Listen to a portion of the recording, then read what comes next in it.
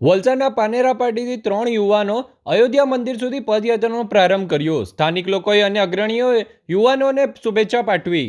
અયોધ્યા રામ મંદિરના નિર્માણની ખુશીમાં યુવાનોએ પદયાત્રાનો પ્રારંભ કર્યો. ધારાસભ્ય અને ભીડભંજન મંદિરના અગ્રણી શિવજી મહારાજે યાત્રાનો પ્રારંભ કરાવ્યો. દેશમાં અયોધ્યાના રામ મંદિરના નિર્માણની ખુશી વ્યક્ત કરી રહ્યું છે, ત્યારે 22 જાન્યુઆરીએ અયોધ્યામાં રામજીની પ્રાણ પ્રતિષ્ઠા મહોત્સવની ઉજવણીમાં સહભાગી થઈ રહ્યા છે. ત્યારે વલસાડ તાલુકાના 3 યુવકોએ વલસાડ પાનેરા પાટી હનુમાનજી મંદિરથી અયોધ્યા સુધી પગપાળા યાત્રાનો નિર્ણય કર્યો હતો. ગામના અગ્રણીઓ, ધારાસભ્ય ભરતભાઈ પટેલ અને ભીડભંજન મંદિરના અગ્રણી શિવજી મહારાજ સહિત ગામના લોકોએ પદયાત્રીઓને યાત્રાઓને શુભેચ્છા પાઠવી હતી. અયોધ્યા રામલાલાના દર્શન માટે શુભેચ્છા પાઠવી હતી. યુવાનોએ અયોધ્યા રામજી મંદિરની પ્રાણ પ્રતિષ્ઠાની તારીખ જાહેર થતાં યુવાનોએ વલસાડથી અયોધ્યા ચાલતા પદયાત્રા કરવાનો નિર્ણય કર્યો હતો.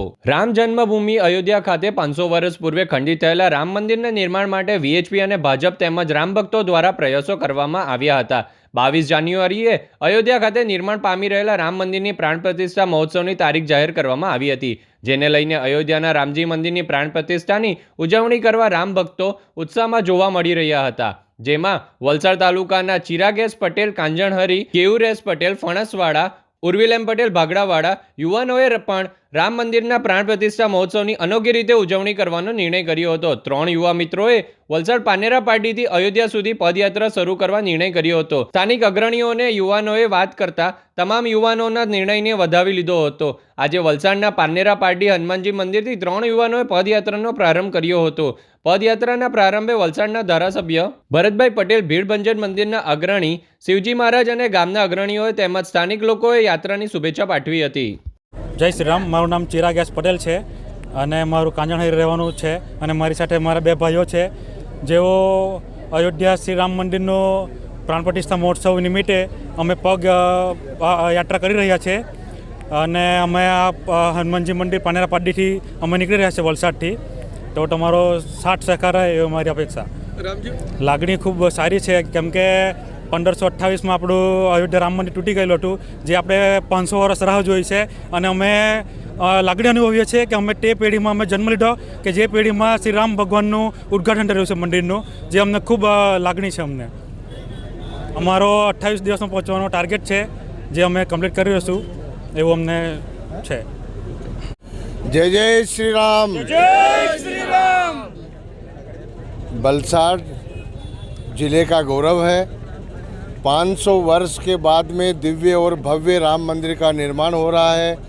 22 जनवरी को रामलाला प्रतिष्ठित होंगे.